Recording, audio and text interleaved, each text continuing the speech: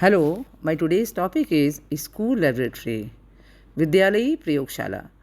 वैज्ञानिक प्रवृत्ति ने प्रत्येक विषय के शिक्षण के लिए प्रयोगशाला की आवश्यकता पर बल दिया है, जिसके परिणाम स्वरूप आज स्कूल्स में पढ़ाए जाने वाले प्रत्येक विषय के लिए इसके महत्व को मान्यता प्रदान की जाने लगी है। प्रयोगशाला का महत्व इस कारण है कि इसमें बालक स्वयं क्रिया करके ज्ञान की प्राप्ति करता है। वह विभिन्न वस्तुओं का निरीक्षण एवं प्रयोग करके सैद्धांतिक ज्ञान की वास्तविकता को समझने में समर्थ होता है। प्रयोगशाला ने विभिन्न क्रिया प्रधान शिक्षण विधियों के प्रयोग को सफल बनाने में सहायता प्रदान की है।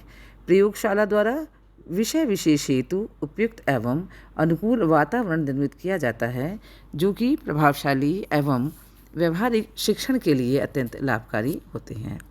इसके द्वारा व्यवहारिक कार्य कराया जा सकता है, जो कि विविधता एवं प्रेरणा प्रदान करता है। प्रयोगशाला छात्रों में आलोचनात्मक दृष्टिकोण विकसित करता है, साधन संपन्नता, सहयोग, व्यक्ति कार्य करने की शक्ति आदि गुणों को विकसित करने में सहायता प्रदान करता है तथा विभिन्न विषयों के संबंध में व्यवहारिक कार्यों की योजनाओं के लिए प्रोत्साहित करती है।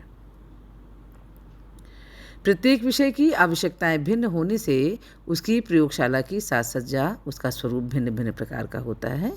इस पर भी एक नज़र डालते हैं। विभिन्न अलग अलग विषयों की प्रयोगशालाओं का स्वरूप किस प्रकार का हो।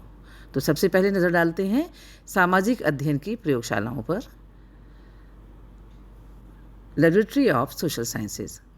सामाजिक अध्ययन की प्रयोगशाला किस प्रकार की होनी चाहिए, इस संबंध में पाश्चात्य देशों में पर्याप्त अनुसंधान कार्य हुए। जी.बी. बीचमैन तथा J.W. बॉल्डविन के पर्यवेक्षणों के आधार पर इसकी शिक्षा का यहाँ पर उल्लेख कर रहे हैं। इसमें सबसे पहली चीज़ है सामान्य कक्ष से बड़ा कमरा, जिसमें प्रायोगिक मेज़ों एवं कुर्सियों की उचित व्यवस्था हो, बुलेटिन बोर्ड, ब्लैक बोर्ड, अलमेरा, फाइल्स, ओवरहेड तथा स्लाइड प्रोजेक्टर, बैठने की व्यवस्था, चार्ट, मानचित्र, रेखाचित्र, ग्लोब, फिल्म स्ट्रिप्स, पाठ्यपुस्तकें, शब्दकोश, समाचार पत्र, पत्रिकाएं, विभिन्न प्रतिवेदन आदि, और यदि व्यवस्था हो सके तो रेडियो, दूरदर्शन, VCR इत्यादि। अभिज्ञान प्रयोगशाला को देखते हैं, साइंस लेबोरेटरी। आज के वैज्ञानिक युग में एक उच्चतर माध्यमिक विद्यालय में, जिसमें वैज्ञानिक वर्ग की शिक्षा की व्यवस्था है, फिजिक्स, केमिस्ट्री तथा बायोलॉजी की प्रयोगशालाओं को विशेष महत्व दिया जाने लगा है। इसके अतिरिक्त व्याख्यान कक्ष या लेक्चर रूम भी इन प्रयोगशालाओं में अवश्य होना चाहिए। प्रत्येक प्रयोगशाला से संबंधित एक भंडार गृह तथा तैयारी कक्ष होने से विशेष सुविधा रहती है। इन प्रयोगशालाओं का आकार छात्रों की संख्या के अनुसार होना चाहिए, जिसमें प्रत्येक छात्र को कार्य करने के लिए उचित स्थान मिल सके। इन प्रयोगशालाओं या व्याख्यान कक्षों में हवा व प्रकाश का उचित प्रबंध होना चाहिए। दरवाजे व खिड़कियां एवं कृत्रिम प्रकाश की व्यवस्था ऐसी हो कि विद्यार्थियों को प्रयोग करने व लिखने में कठिनाई न हो। Laboratory of physics. भौतिक शास्त्र की प्रयोगशालाओं की साज सज्जा। अब देखते हैं कि भौतिक शास्त्र की प्रयोगशालाओं में किन किन वस्तुओं को उपलब्ध होना चाहिए। इनमें सबसे पहली चीज़ है प्रायोगिक मेज़ें। इनमें नीचे अलमारियां हों, इनकी ऊपरी सतह चौरस होनी चाहिए।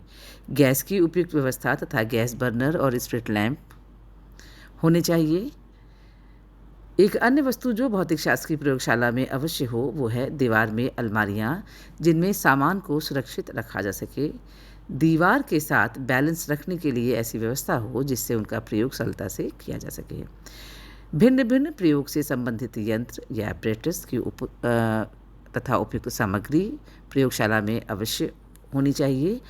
और यहाँ यह भी अति आवश्यक है कि पानी की उपयुक्त व्यवस्था, पाइप, टेप और सिंक आदि की व्यवस्था भी इस प्रयोगशालाओं में ज़रूर हो।